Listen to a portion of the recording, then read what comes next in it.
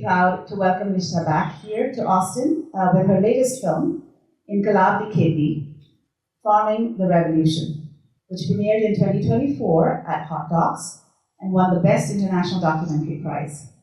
We're thrilled to have you here, Nishtha. We'd love for you to set up the film for us, and of course there's going to be a Q&A after, so we have an opportunity for a longer conversation.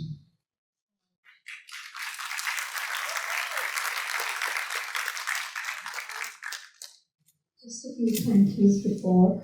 Alka, thank you so much. Indimi, Shale, and South Asia Institute for sponsoring my visit. And I'm also lucky to have one of my crew members here, Deborah Matzner, who helped me write. And another friend whom I consulted with my rough cut, Vijay Ganju. Thank you. Set up the film. So it was the middle of COVID lockdown. It was in June 2020 when they announced the farm laws. They introduced them in Parliament. And the protests started then and there. At the time I was in Austin, but I was watching very carefully. And by September 2020, they had passed the bills, despite unanimous opposition throughout India, by experts, by farmers, etc. But they still went ahead and passed it through a voice vote. And soon after that, especially the farmers in Punjab, they announced that they are going to go to Delhi, launch a big protest, and they also set a date, 26 November 2020. And of course, since they had announced Delhi Chalo, the government was there to stop them, but they managed to break the barricades and reach Delhi. But they were not allowed to enter Delhi. So in November 25, by 28th November, Delhi was surrounded on 3 borders. By borders, we mean like the interstate borders, by farmers coming from 3 or 4 various states that are surrounding Delhi. And I asked a fellow filmmaker, we were planning to work together, we hadn't worked together, young cinematographer. I asked him to go and check out what is happening, and he reached the Delhi border. He was living in Delhi and reached Delhi border on 28th November. And I asked him to go to the different borders and tell me, sort of report from there as to what he's seeing. And then I decided to, I was in Bombay, I decided to join and start filming. What I saw there was unprecedented. I've seen farmers protest before. Some of the biggest protests in India are by farmers. But this was something else altogether. It wasn't just the scale. Of course, the scale is there in India. You get a lot of scale for many things. We are a lot of people. But it was how they were organized, and that was what was amazing. The spirit there. And I decided to stay there. I had absolutely no funding. And I didn't know how long this is going to last, but something pulled me. And I think it was because the time preceding that had been so dark that in India we had consistently bad news for 6 years by then. And something about this was pulling me. And I stayed. And I stayed really long till the end. But we didn't know at that time that, when this is going to end. So, yeah.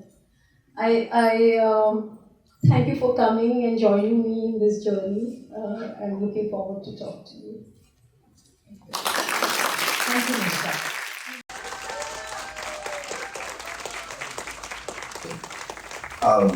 You did a really great job of introducing the film, so we won't go over that again. But when you consider your 12 films, I believe, what are some of the themes or subjects that really arouse your passion that you feel like you have to make a film about that subject?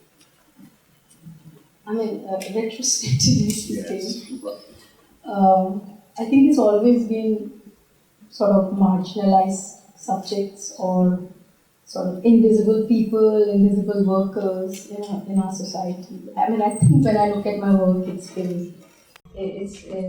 analyze it, it's been like that. To tell stories that are not usually become the mainstream or the headlines. So, yeah.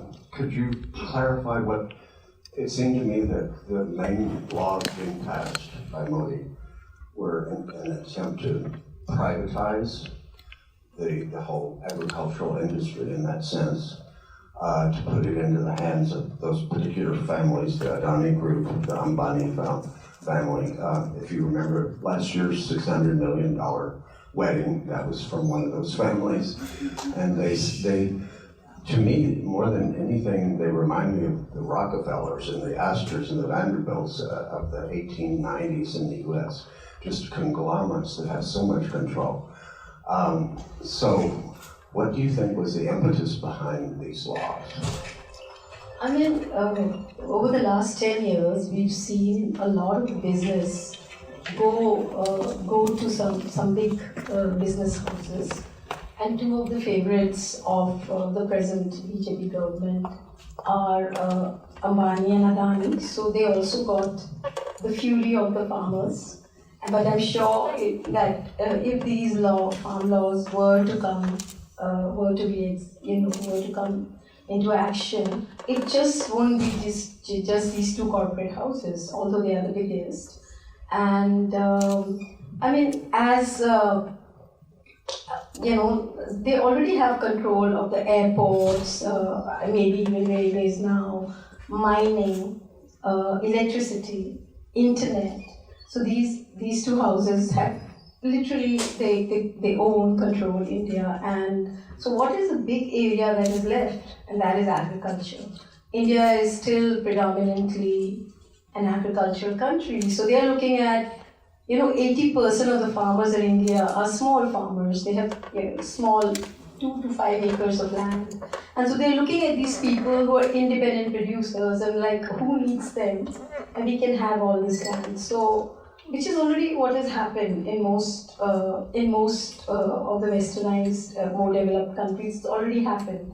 America, very few small farmers are left. I mean, literally, maybe just a couple of thousands or something. And then Europe, it's the same story. So it's the big farmers and industrialized farming that has happened.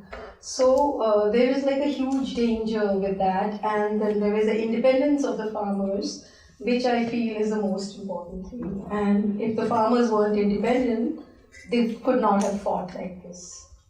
So I think that was sort of the key thing I saw, that this is such an important movement. The protests all began the same year as COVID. You began filming the same year as COVID. How on earth did you film for 13 months during the pandemic? I don't know who was it, but somebody said that if you actually look at the path ahead, then you would be foolish to, do it. So sometimes you either have to be ignorant or foolish. But if I actually told myself that, these are the dangers, etc., I may not have done it. But I felt too passionate at that time, and I felt it was an important story. And obviously I was so moved. And I also sort of felt the darkness in my own life, losing hope. So many things that had happened in those last 6 years, that I was sticking on to this, like a drowning person, just seeing hope and sticking to it. I think that's where I come from. So I wasn't thinking I'm putting all my savings into this. And I had never had savings that much, but it was only then. And I'm not thinking very logically, not thinking it's COVID either. So, but because I felt that this is something that we have to tell. How many people know about this amazing farmers collective in India? Because unions have gone out from the rest of the world. So in farm unions, still, it's huge in India, and they're powerful. I said, I have to tell this story. You're giving us inspiration for those of us who are drowning politically here in the U.S. Sorry, I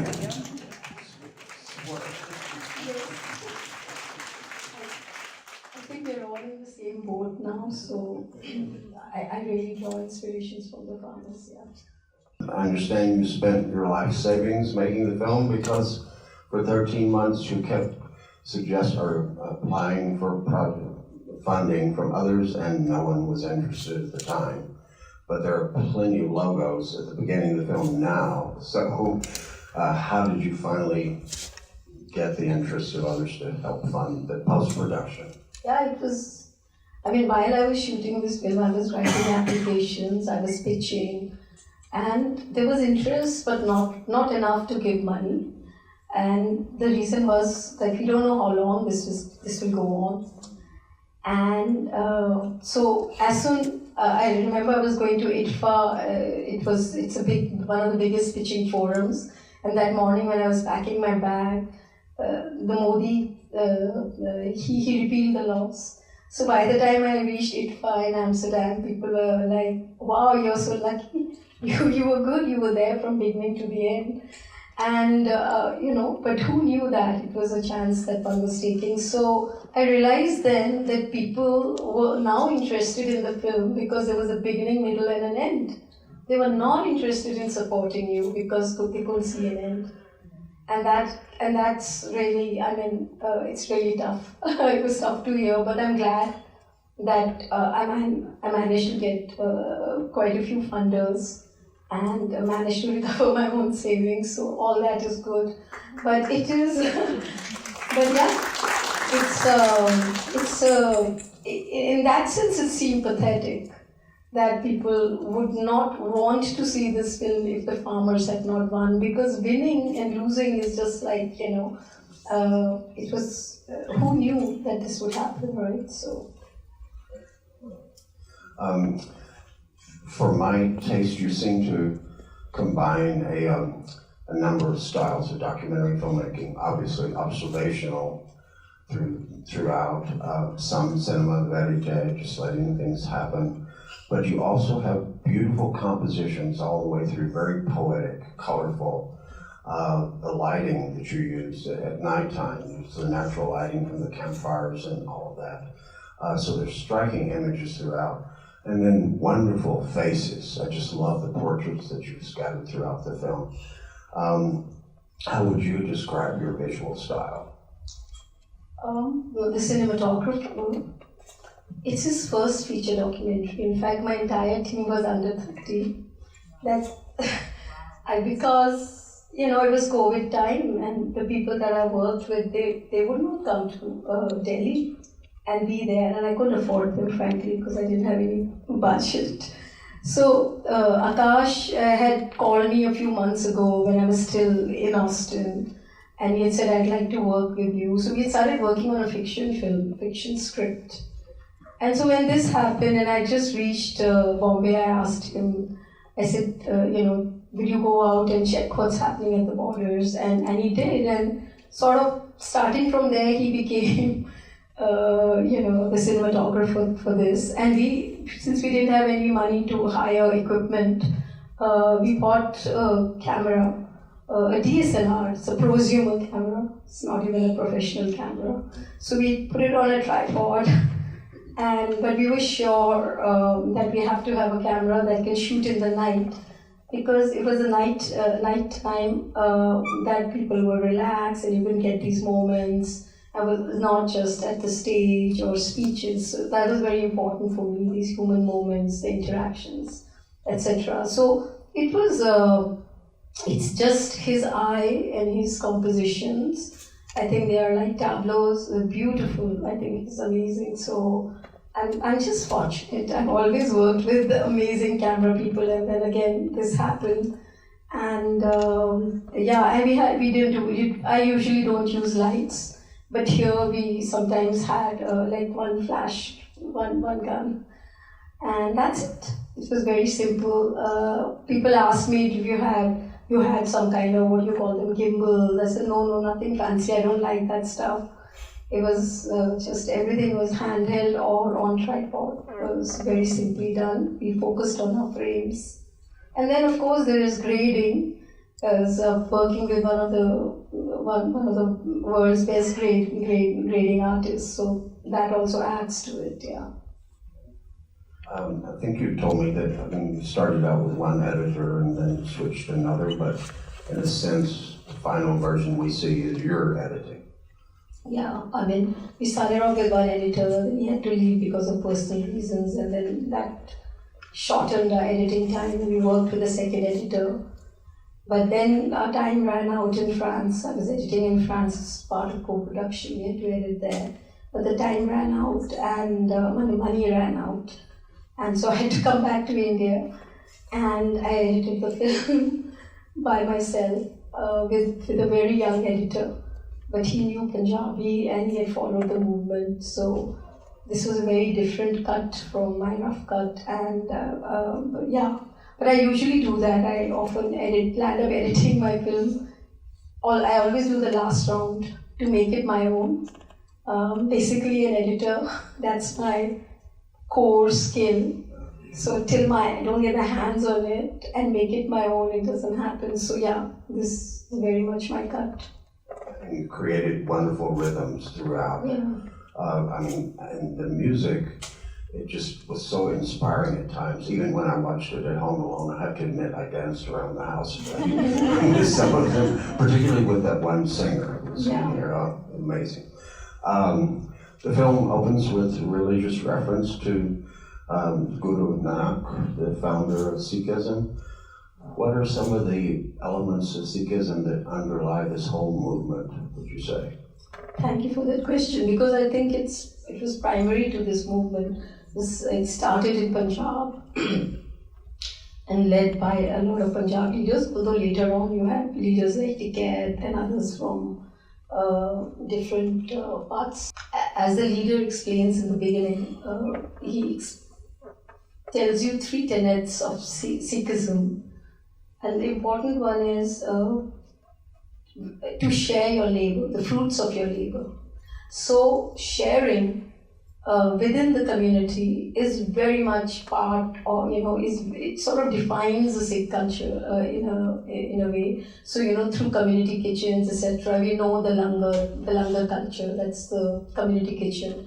You can't go hungry in Punjab. I mean, you can go to a Sikh temple and you would get food there. So they bring this spirit also to the movement, because they are food growers, and because they're sharing their food, they're able to feed everyone who's there, not just the protesters, but also sometimes the police, also people like us, all kinds of media people and filmmakers, etc. And also they fed the poor people of the area, for those 13 months.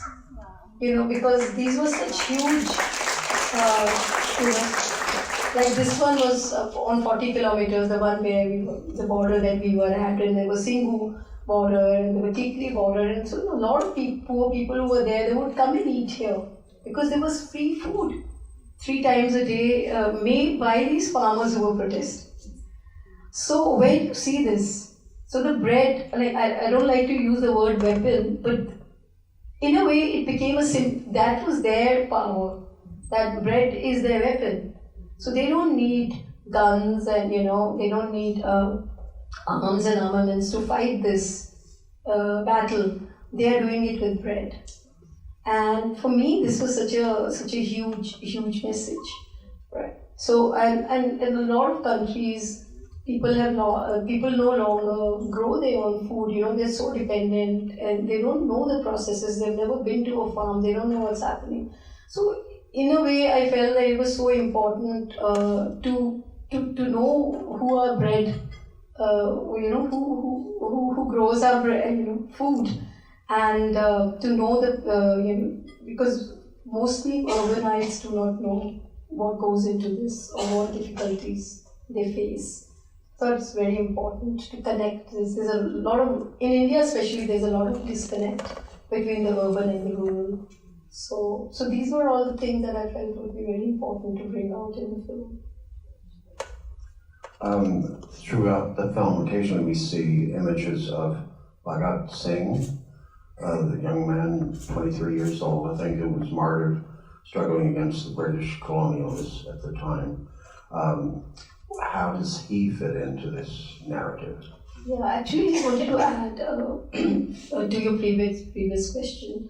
The film begins with him talking about Guru Nanak attacking monarchy.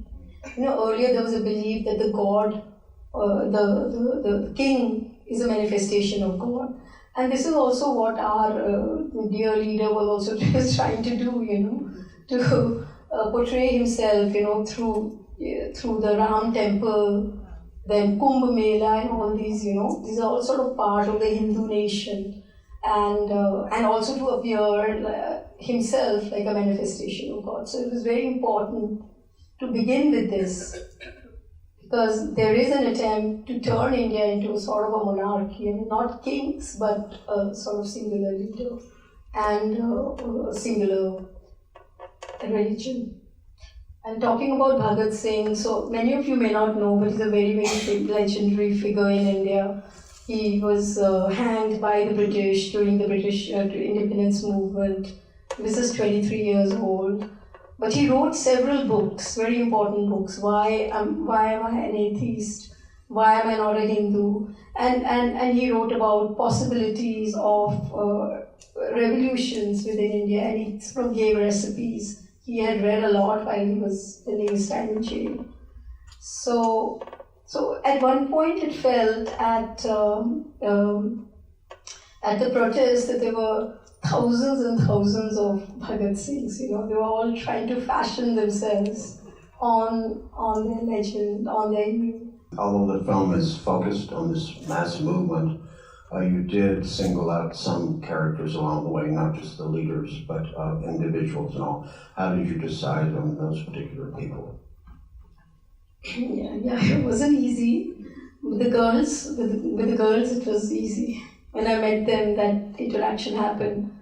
And so immediately we kind of warmed up to each other. With Gurbaz, it took some time because he was very shy of the camera. But I realized there was something very interesting about him, because he wasn't already converted. He wasn't already like, yeah, this is good. He takes his time, and I see a change in him. I was already seeing that, and so I thought it would be nice to have one character with who's, we could have a narrative arc. So, and the girls, and then of course the leaders and various people. I definitely didn't want to make it a character-driven film, because that would really narrow the scope. Because I feel as it is, we see as it is, I focused on one leader. There were so many leaders.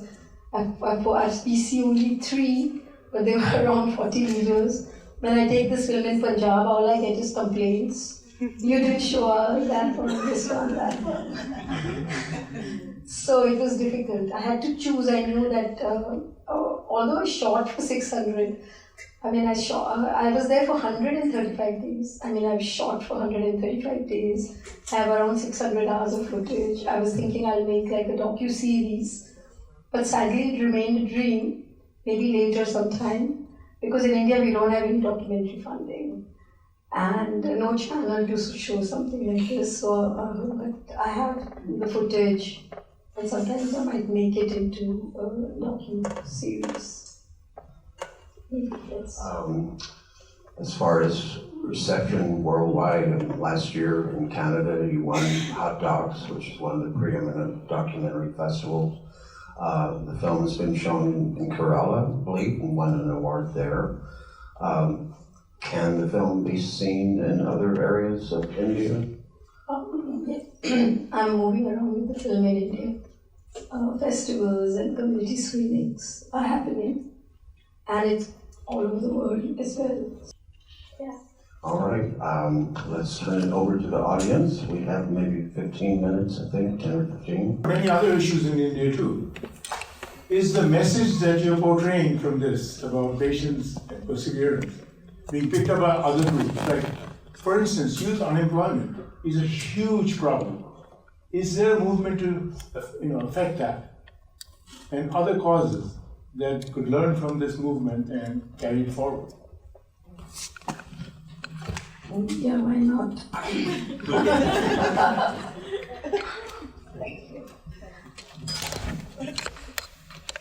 Thank you for this amazing film. Was your life ever endangered by the government during the filming? I was lucky, personally, that there were people who were with us, another team. They were on 26 January, on the Republic Day. They were beaten quite brutally by the police. And we were just lucky that we got left behind. But had we also gone there, they lost a lot of footage. And then the police later on came and harassed them as well. So, yeah, people were affected. I wasn't. Just luck. Hi, Nishtha. I just wanted to say it's a really inspiring film and it's so wonderful. But I think aside from the prettiness of everything and all of that, it's this ability to put us there that really stands out. And I know I'm commenting more than asking a question, but for me as a union person, this is a labor union film. Yes, it's about Sikh culture and the importance of cohesiveness in community life, but this is also labor, and I would never ignore the level of union organization. I think that's what's behind the patience. And I also think that unions exist other places. So I just thank you for the inspiration. If you could say a few words. Thank you, Anna. I think I've not seen so many farm unions or labor unions, but this one particular one that I focused on, which is the oldest and the largest union, I've never seen this kind of discipline and this kind of organization. Like just even the records are just a superficial level of it. But all the money that they raised is from like small contributions, like sometimes $50, 100 rupees. I mean, I don't mean bucks as in dollars, but like 50 cents or $1. And everything was documented as well, so that there would not be any accusation that they were being funded by some foreigners or something. So, and how they prepared the people, just the discipline and the belief in the leaders, it was really moving. This kind of a movement cannot run just on passion. It has to have organization, and it cannot do anything without organization. And hats off to these guys, really. Thanks, Nishtha. You're such an inspiration. Every one of your films, the way that when there isn't a character to find all these different languages and rhythms. And I love the couplets that you've used, which is again such a intrinsic part of the battle, right? So how did you go about finding these little pieces that kind of thread the different movements within the film? And second, how are you navigating the censorship situation in India? Like, you will not be able to get probably a censor certificate or put it through the, say, national awards or even the screenings. How are you navigating both these? First, thank you. God, I lose my voice now. So, there is this perception that farmers are country bumpkins. But what I saw here were intellectuals, poets, writers, songwriters. So many of them who were not even literate. They were composing their songs. People were writing notes in the diaries. And I said, this is so important, this message. Who are these people? They're not just farmers. Even farming is great, but I'm just saying that they also know how to express their pain, their suffering, their joys. They were one of the most articulate people that I've met. It was very important for me. So already while I was filming, I started looking for people who were writing, and then I made them recite. So I was doing that. So I knew it would be part of the film, that I had to have this poetic element, the songs, which was bringing everyone together. So I knew this was working already there, and shooting in a way that it would be able to capture the poetic heart. And your second question, there is censorship, not just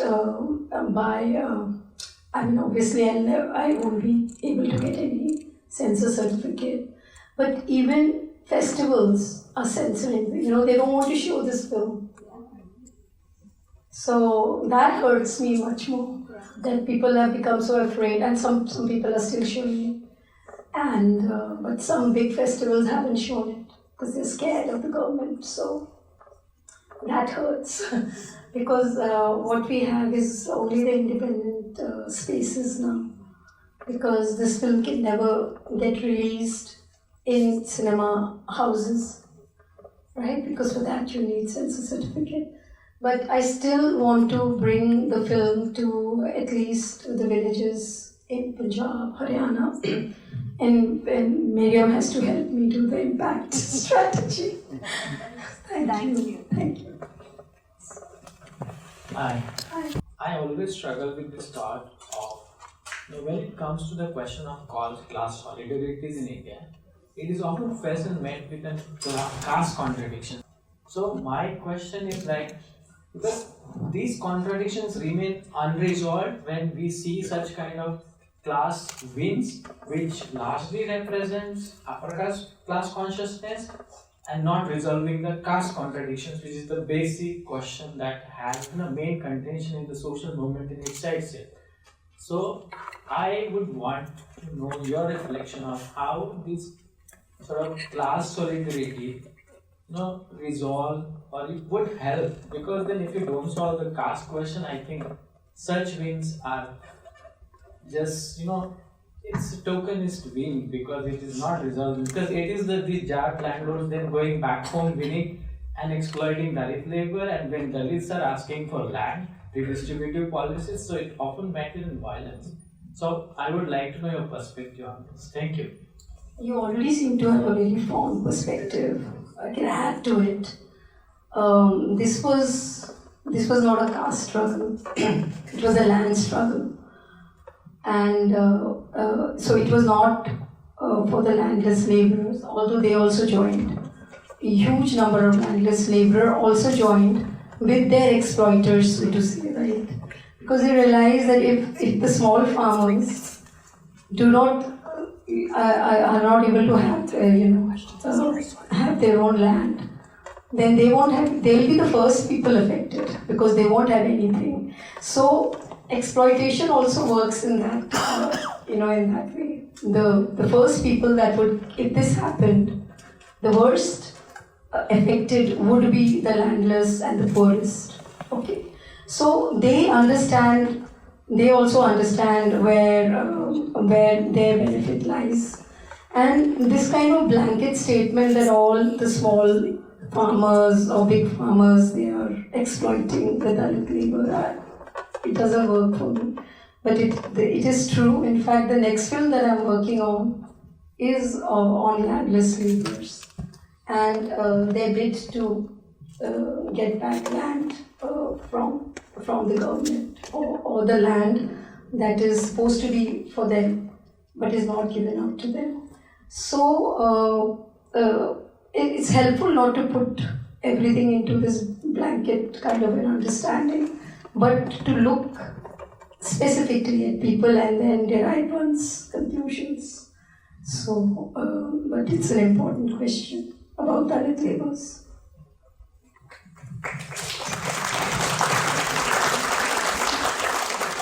Thank you so much, Nishtha. This was so inspiring. And I have a question for you, but I'll grab you outside. I just wanted to, before you all leave, I wanted to let you know, we do have time outside. We have some refreshments, so please continue the conversation outside. Chandra wants us to leave so the next reading can happen. We have a special reveal for you outside, and I just want to say that having watched this film, we have a theme for our 10th anniversary film festival. It's about the light from within, and I think this has been an incredible start to allow us to lead that theme into the festival in April. We have a reveal for you outside. Please stay for that, stay for the refreshments, and thank you for being here today. Really appreciate it. Thank you.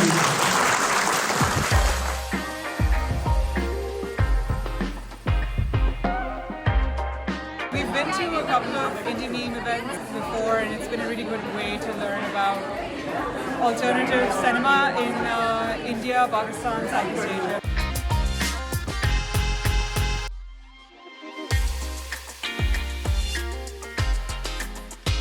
Most of them have had the Q&A portion with the director or the writer or some member of the production team, so that's been nice to hear what other people are thinking about or questions about or noticed in the film.